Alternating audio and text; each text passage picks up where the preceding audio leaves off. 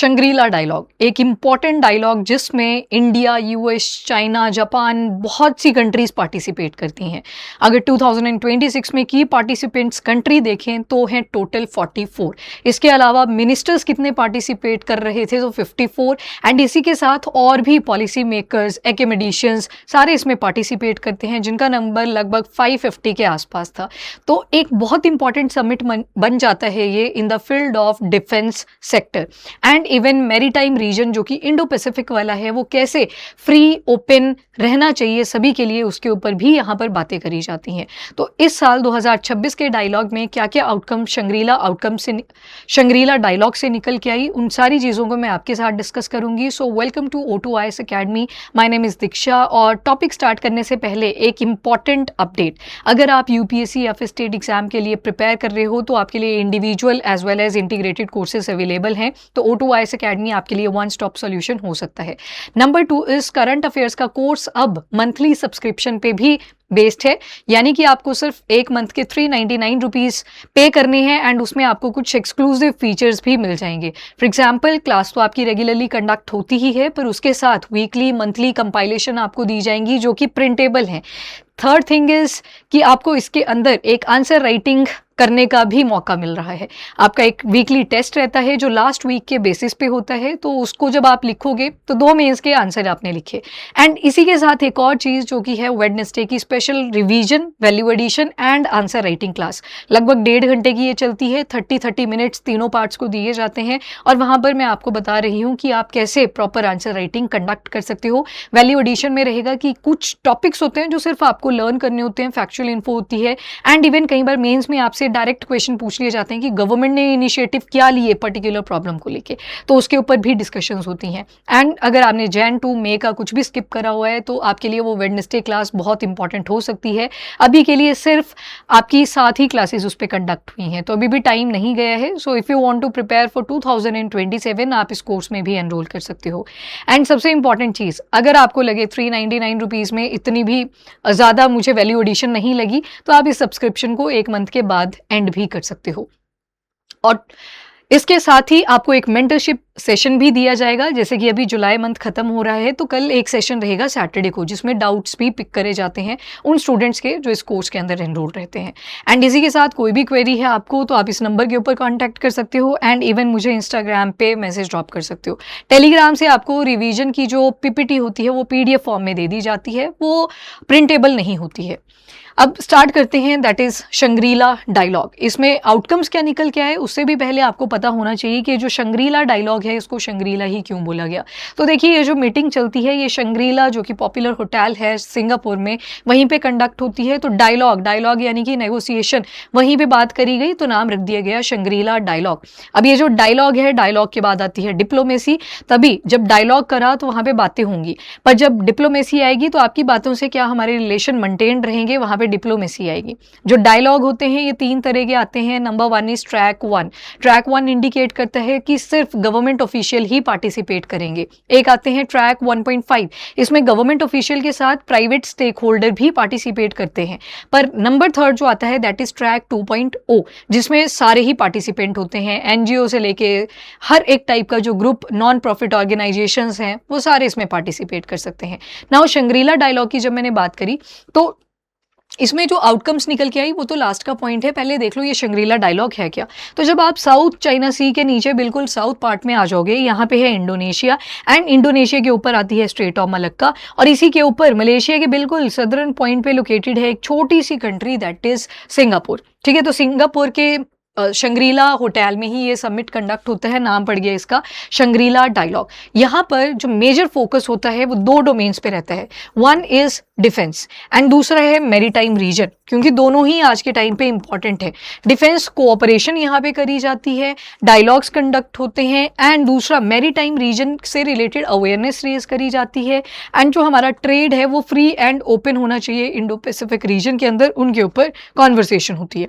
Now institutional profile अगर आप Shangrila का देखें तो एशिया का premier defence and security summit है और इसको एशिया का सिक्योरिटी समिट भी बोल दिया जाता है, एशिया सिक्योरिटी समिट। इसी के साथ 2002 के बाद से ये एनुअली हेल्ड हो रहा है और इंडिया इसमें एक इंपॉर्टेंट रोल भी प्ले करता है। जैसे इंडिया में आप सुनते हो राइसीना डायलॉग के बारे में, बस वैसे ही शंग्रीला डायलॉग पूरे वर्ल्ड लेवल पे चलता है। नाउ शंग्रीला होटल सिंगापुर में ये इवेंट चलता है। ऑर्गेनाइजेशनल फ्रेमवर्क कौन इसे कंडक्ट करवाता है, तो London based international institute for strategic studies है, वही इसे ऑर्गेनाइज भी करवाते हैं। मिनिस्ट्री ऑफ डिफेंस जो सिंगापुर की है वो भी इसमें पार्टिसिपेंट रहते हैं। मल्टीपल डायलॉग्स कंडक्ट होते हैं, डायलॉग मतलब बातें करी जाती हैं। प्लानरी सेशंस होते हैं, कोई भी प्लान को इंप्लीमेंट करना है। ब्रेकआउट सेशन, बायलेटरल मीटिंग, यानी कि दो कंट्रीज इंडिविजुअली भी यहाँ पे कॉन्वर्सेशन करती हैं। फॉर एग्जाम्पल अभी प्राइम मिनिस्टर ऑफ इंडिया ने इंडोनेशिया विजिट करा था, तो इंडोनेशिया ने बोला कि हमें चाहिए ब्रह्मोस, हमें चाहिए एयर टू एयर आकाश तीर। तो यहाँ पे क्या इंडिकेट होता है कि बायलेटरल मीट, बायलेटरल मतलब दो ही कंट्रीज पार्टिसिपेट कर रही हैं, पर ये तो मल्टीलेटरल है, तो बीच बीच में बायलेटरल रिलेशंस को एस्टेब्लिश करने के लिए भी कॉन्वर्सेशंस होती हैं। नाउ पार्टिसिपेंट कौन कौन रहते हैं, तो डिफेंस मिनिस्टर्स होते हैं, मिलिट्री चीफ्स होते हैं, policy makers and strategic experts, वो भी इसमें समिट में पार्टिसिपेट करते हैं। तो आप देख पा रहे हो कि ये लगभग ट्रैक 1.5 डायलॉग टाइप का एक मीटिंग रहता है। नाउ स्ट्रेटेजिक सिग्निफिकेंस क्या है, तो एक तो मल्टीलेटरल सिक्योरिटी का पॉइंट यहाँ पे रेज करा गया, specially in the Indo Pacific reason, and दूसरा टेरिटोरियल डिस्प्यूट जो भी कंट्रीज के बीच में होते हैं उनको भी रेज किया जाता है। मैरीटाइम सिक्योरिटी, आज के टाइम पे जो ईरान में सारा कॉन्फ्लिक्ट हुआ तो हमने देखा रीजनल डिस्टर्बेंस कितनी ज़्यादा हो जाती है अगर मैरीटाइम रूट्स को कंट्रोल कर लिया जाए, तो ये भी हमें यहाँ पे दिखाई देता है। एंड इसके बाद क्लाइमेट रिलेटेड चीज़ों के ऊपर भी बातचीत करी जाती है। इंडिया की एंगेजमेंट अगर देखें तो इंडिया ने कॉन्टिन्यूसली शंग्रीला डायलॉग में पार्टिसिपेट करा है। हमारे जो डिफेंस मिनिस्टर हैं and even chief of defence staff हैं और इवन सीनियर मिलिट्री ऑफिशियल हैं, वो रेगुलरली पार्टिसिपेट करते आ रहे हैं शंग्रीला डायलॉग के। अब शंग्रीला डायलॉग भी वैसा ही है जैसा इंडिया का खुद का रायसीना डायलॉग है। अब रायसीना हिल आ जाती है जहाँ पे राष्ट्रपति भवन है, तो ये जो शंग्रीला डायलॉग है ये इंडिया की एक बहुत जो सुप्रीम कॉन्फ्रेंस है जियो पॉलिटिक्स और जियो इकोनॉमिक्स के ऊपर मानी जाती है। और जैसे शंग्रीला में बात करी गई टेक्नोलॉजी के ऊपर, क्लाइमेट के ऊपर, डिफेंस कोऑपरेशन, मैरीटाइम रीजन, वैसे ही कॉन्वर्सेशन इस रायसीना डायलॉग पे भी होती है। नाउ जो रायसीना डायलॉग का वेन्यू रहेगा वो न्यू दिल्ली यानी कि इंडिया में रहेगा और डिफरेंट डेलीगेट्स डिफरेंट कंट्री से इसमें भी पार्टिसिपेट करने के लिए आते हैं। तो जैसे जो रायसीना डायलॉग है ये इंडिया के कॉन्टेक्स्ट में एक इंपॉर्टेंट डिफेंस कॉन्फ्रेंस है। इसमें सिर्फ अकेला डिफेंस नहीं है, trade, technology, international cooperation, security, सारी ही बातें करी जाती हैं। एंड वैसे ही आपने देखा शंग्रीला डायलॉग जो सिक्योरिटी इन एशिया उसको अगर इंश्योर करना है तो उसके लिए एक इंपॉर्टेंट समिट बन जाता है। एक म्यूनिक सिक्योरिटी कॉन्फ्रेंस भी है, ये वैसी है जैसे रायसीना और शंग्रीला है एशिया के अंदर या फिर इंडिया के अंदर रायसीना, तो वैसे ही म्यूनिक सिक्योरिटी कॉन्फ्रेंस ये यूरोप में होती है। अब इंडिया की अगर ये रायसीना डायलॉग की बात करें तो इसे ministry of external affair, government of India and साथ ही एक ऑब्जर्वर रिसर्च फाउंडेशन है वो भी पार्टिसिपेट इसमें करते हैं। रायसीना क्यों बोला जाता है तो आपको पता ही है, रायसीना हिल के ऊपर राष्ट्रपति भवन आ जाता है जो कि एक मेजर इंस्टीट्यूशन है जहाँ पे ये समिट कंडक्ट होता है।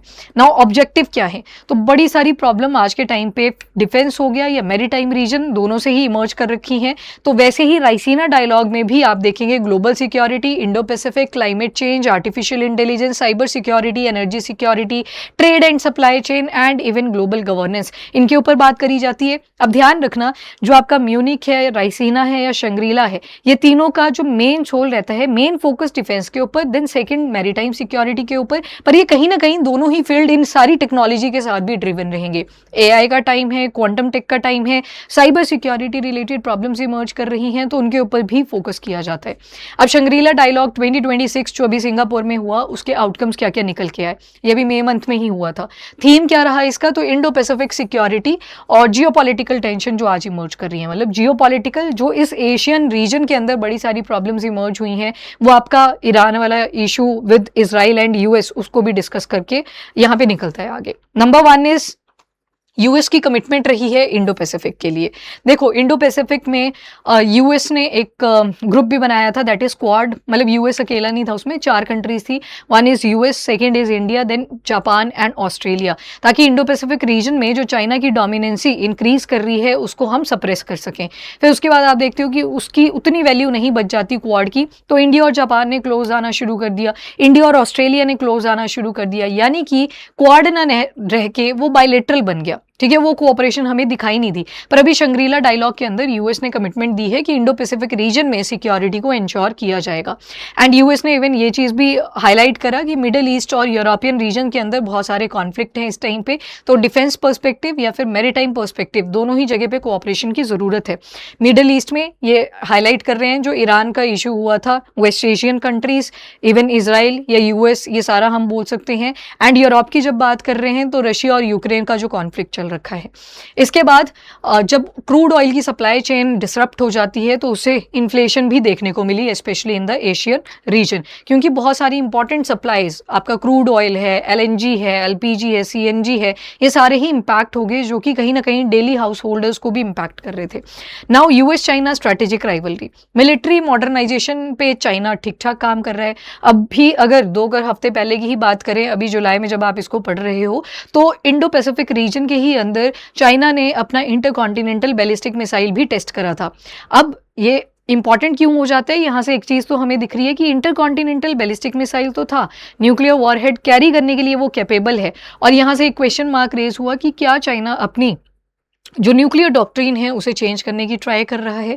क्यों? क्योंकि वो जो मिसाइल थी वो कई एरियाज़ के एक्सक्लूसिव इकोनॉमिक जोन को क्रॉस करके भी गई, तो यहाँ से उनकी भी डॉक्ट्रिन वैसी जैसी है कि हम कभी भी फर्स्ट यूज़ नहीं करेंगे, एंड अगर कोई हमारे ऊपर अटैक करेगा हम भी काउंटर अटैक करेंगे। पर येस, ये कंसर्न रेज कर देता है कि आप पैसिफिक रीजन में उन एरियाज़ में इसको टेस्ट कर रहे थे जो किसी की एक्सक्लूसिव इकोनॉमिक जोन में भी लाया कर रहा था। तो यहाँ से डाउट इमर्ज हुआ कि क्या चाइना अपनी न्यूक्लियर डॉक्ट्रिन को चेंज करना चाहता है। अभी चाइना अपनी मिलिट्री मॉडर्नाइजेशन के ऊपर तो फुली वर्क कर रहा है। अब इसकी वजह से होता क्या है, जब चाइना अपनी मॉडर्नाइजेशन के ऊपर काम करता है, बाकी क्या रीजन में उतना उसको कंपटीशन दे पा रहे हैं? अगर नहीं दे पा रहे तो ये स्ट्रैटेजिक कंपटीशन को शो कर रहा है।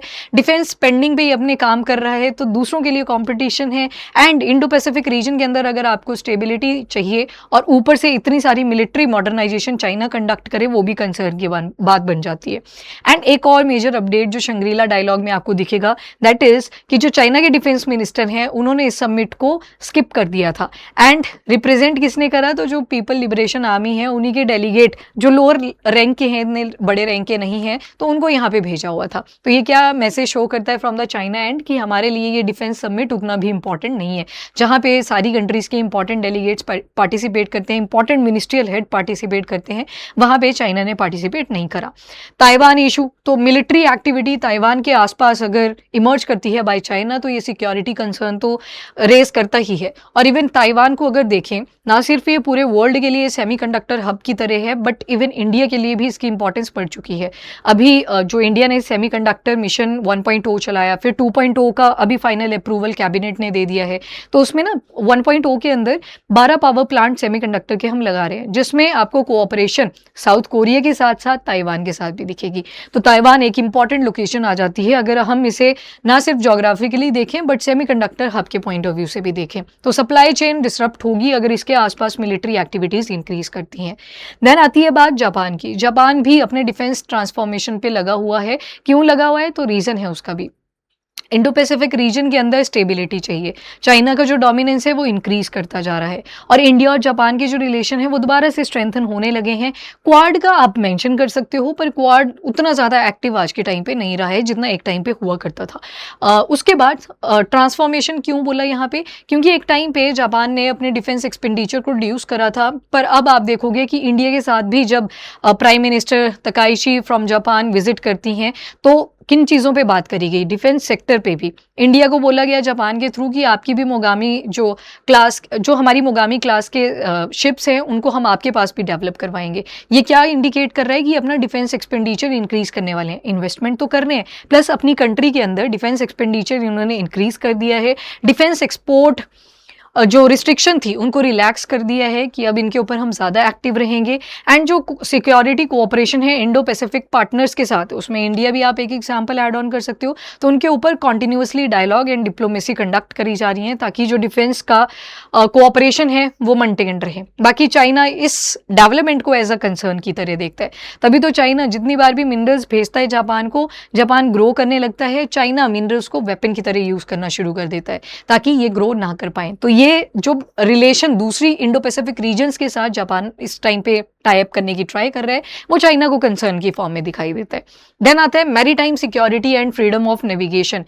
हर एक कंट्री चाहती है कि जो ट्रेड है वो फ्री और ओपन तरीके से होना चाहिए। जो United Nation Convention on Law of Sea है, यूएन क्लॉज, जिसे वाटर वेज का या मैरीटाइम रीजन का कॉन्स्टिट्यूशन भी कहा जाता है, उसको फॉलो करके ही ट्रेड कंडक्ट हो। पर हमने देखा कि जब रीजनल कॉन्फ्लिक्ट इमर्ज होते हैं तो उसकी वजह से कई बार कॉन्फ्लिक्टिंग जोन्स बहुत सारी बन जाती हैं और यूएन क्लॉज वगैरह के अंदर जो रूल्स दे रखे हैं उनको फॉलो उतने अच्छे से भी नहीं करा जाता। तो वैसे ही साउथ चाइना सी का डिस्प्यूट, लगभग चाइना को लगता है कि इसके अंदर चाइना नाम आता है तो ये सारा ही मेरा पार्ट है, फिर तो इंडियन ओशन में इंडिया का नाम आता है, ठीक है। तो यहाँ पे ये कहीं ना कहीं अपनी हेजेमनी क्रिएट करने की ट्राई करते हैं कि यहाँ पर सिर्फ हमारा ही कंट्रोल है।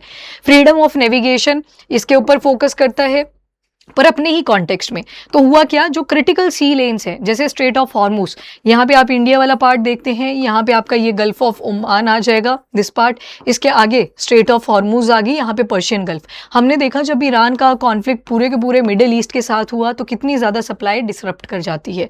सेम इस तरफ अगर आप आ जाएं, यहाँ पे अंडमान एंड निकोबार है, इंडोनेशिया वाला पार्ट यहाँ से शुरू होता है एंड ये क्या इंडिकेट करता है कि एक इंपॉर्टेंट ट्रेड रूट है यहाँ पे, that is straight of Malacca, जिसके ऊपर इंडीड जो चाइना है उनकी भी डिपेंडेंसी है। बट यहाँ पे सप्लाई डिसरप्शन आ सकती है अगर कल को एक ही कंट्री फोकस करती है कि मेरा ही यहाँ पे कंट्रोल होना चाहिए। तो चाइना के लिए भी इंपॉर्टेंट है, पर बाकी के जो आसियान के मेंबर्स हैं, association of south east Asian Asia, या फिर हम एशियन नेशंस, या फिर हम बात करें अगर जो भी पैसिफिक रीजन से ट्रेड करता है टुवर्ड द वेस्टर्न पार्ट, तो वो कहीं ना कहीं स्ट्रेट ऑफ मलक्का के ऊपर भी डिपेंडेंट है। स्ट्रेट ऑफ हॉर्मुज की बात करें तो 20% जो ऑयल एक्सपोर्ट वगैरह है यही कंट्रीज करती हैं टुवर्ड द मेन बाकी के एरियाज के अंदर। तो मतलब ये इंपॉर्टेंट है। वाटर लाइन्स जितने भी वाटरवेज हैं ये बहुत ज़्यादा क्रिटिकल सी लेन्स की तरह एक्ट करते हैं। तो यूनिलेटरल अटेम्प्ट अगर कोई ही एक ही कंट्री उसके ऊपर फोकस करती है कि सिर्फ मैं ही मैरीटाइम रीजन्स को देखूंगा तो ये प्रॉब्लमेटिक हो सकता है। तो इसके ऊपर भी बात करी गई शंग्रीला डायलॉग में। तो ये सारे इश्यूज थे जो इस बार डिस्कस करे गए। डिफेंस पार्टनरशिप्स करी गई, सेमीकंडक्टर सप्लाई चेन को होल्ड करा। अब ये जो डिफेंस कोऑपरेशन थी ये इन सारे बेसिस पे ही थी। अब ये पॉइंट थोड़ा सा इंपॉर्टेंट है, ध्यान से सुनना। आज के टाइम पे आप आर्टिफिशियल इंटेलिजेंस या जो भी इमर्जिंग टेक्नोलॉजी है उसकी बात करते हो तो वो डिफेंस टेक के साथ ऑलरेडी इंटीग्रेटेड है। आज के टाइम पे जितनी भी हमारी वॉर्स हैं वो सिर्फ फिजिकल जो लोकेशंस हैं वहाँ तक नहीं रह गई हैं, ये टेक्नोलॉजी की भी एक फाइट है, कॉम्पिटिशन की भी एक फाइट है। आज के टाइम पे AI का यूज़ करा जा रहा है डिफरेंट एरियल या लैंड या वाटर एसिड्स के अंदर, ताकि जो डिसीजन मेकिंग टेंडेंसी है वो मशीन खुद भी कर सके, ठीक है। इसके अलावा बहुत से सेंसर्स ऐड करे जा रहे हैं। सेमीकंडक्टर बहुत ज़्यादा इंपॉर्टेंट है, तभी तो DRDO ने इंडिया में खुद ही गैलियम नाइट्राइड को बना दिया था। क्यों? क्योंकि हमें आज के टाइम पे ज़्यादा प्रिसीजन चाहिए। आपने देखा होगा एयरक्राफ्ट एकदम से जो फाइटर एयरक्राफ्ट होते हैं एकदम से सर्टेन हाइट को अचीव करते हैं, उसके बाद एकदम से नीचे को भी आते हैं। तो वो जो मैनूवरिंग थी उसके लिए आपकी डेटा स्टोरेज और उसको प्रोसेस करने की जो कैपेबिलिटी है वो भी एनहांस्ड होनी चाहिए। तो आज के टाइम पे डिफेंस कोऑपरेशन की जब भी बात करी जाती है उसमें खुद ही AI भी आ जाता है, सेमीकंडक्टर भी आ जाता है, एंड इवन ये गैलियम नाइट्राइड है जो आप कॉम्पोजिट फॉर्म में पढ़ते हो सेमीकंडक्टर के अंदर। कॉम्पोजिट सेमीकंडक्टर्स का मतलब होता है उसमें सिर्फ एक एलिमेंट नहीं होगा, मल्टीपल एलिमेंट्स लगी हो सकती हैं। जैसे गैलियम नाइट्राइड, 2 एलिमेंट्स यहाँ पे आपको दिख रही हैं, गैलियम आर्सेनाइड, सिलिकॉन कार्बाइड। तो ये सारे हार्ट ऑफ रेडार की तरह एक्ट करते हैं। तो ये सारे ही डिफेंस इक्विपमेंट्स में भी यूज़ होंगे। क्वांटम टेक्नोलॉजी आ गई आज के टाइम पे, उसका भी इंटीग्रेशन है हर जगह पे। एनर्जी सिक्योरिटी आपको मेंटेन करनी है, तभी तो शुरू में ही बोला कि शंग्रीला डायलॉग फोकस करता है defence as well as maritime security के ऊपर। चाइना का कॉन्फ्लिक्ट विद जापान, आप मुझे लास्ट में बताना ये जो सेनकाकू आइलैंड है ये किसके बीच में डिस्प्यूटेड है, और बाकी फिलीपींस के साथ प्रॉब्लम रहती है बार बार। तो चाइना अपना जो साउथ चाइना सी के अंदर प्रेजेंस है उसको और ज़्यादा इंक्रीज करना चाहता है। बीच में कभी कभी अपनी जो स्टेल्थ शिप्स हैं उनको भेज देता है, कभी चेक कर रहे होते हैं पर बोल देते हैं हम तो सर्वे कंडक्ट कर रहे थे। तो साउथ चाइना सी में चाइना की एक एक्टिव पार्टिसिपेशन है। तो रूल बेस्ड ट्रेड होना चाहिए और कोऑपरेशन होनी चाहिए इन the field of maritime and defence sector. Now significance क्या है इंडिया के लिए? तो इंडिया तो फॉइप को ही सपोर्ट करता है। जब मैंने बोला फॉइप तो F for free, O for open, I for Indo and P for Pacific region, तो हम तो इसी की बात करते हैं। Then second is UNCLOS की इंपॉर्टेंस हम जानते हैं। इवन इंडिया ने तो रेटिफाई करके रखा हुआ है यूएन क्लॉज को कि जो इसके अंदर रूल्स एंड रेगुलेशन मेंशन करी है इनको हम अडॉप्ट करेंगे एंड बाकी कंट्रीज से भी चाहते हैं कि आप भी अडॉप्ट करें, जबकि यूएस ने नहीं करा है यूएन क्लॉज को रेटिफाई। आफ्टर दैट इंडिया की एक्ट ईस्ट पॉलिसी भी है, तो हम वैसे ही अपने रिलेशन को वहाँ पे और ज़्यादा बूस्ट करना चाहते हैं। इंडो पैसिफिक ओशन इनिशिएटिव भी लिए गए हैं। इसी के साथ defence diplomacy and strategic engagement के लिए इंडिया प्लेटफॉर्म भी प्रोवाइड करता है। राइसीना डायलॉग वो कहीं ना कहीं प्लेटफॉर्म है जहाँ पे डिफरेंट कंट्रीज़ के जो डेलीगेट्स हैं वो भी पार्टिसिपेट करते हैं।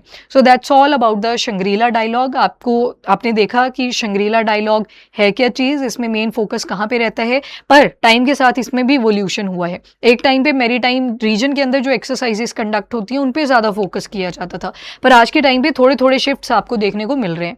शिफ्ट किस सेंस में मिले यहाँ पर कि टेक्नोलॉजी का इंटीग्रेशन कितना ज़्यादा हो गया है। डिफेंस कोऑपरेशन जब आप पढ़ रहे हो इसका मतलब ये बिल्कुल भी नहीं है कि वहाँ पे टेक्नोलॉजी की बात नहीं करी जाएगी। टेक्नोलॉजी आज के टाइम पे हर एक एसेट जो डिफेंस एसेट होता है उसके अंदर इंक्लूडेड है।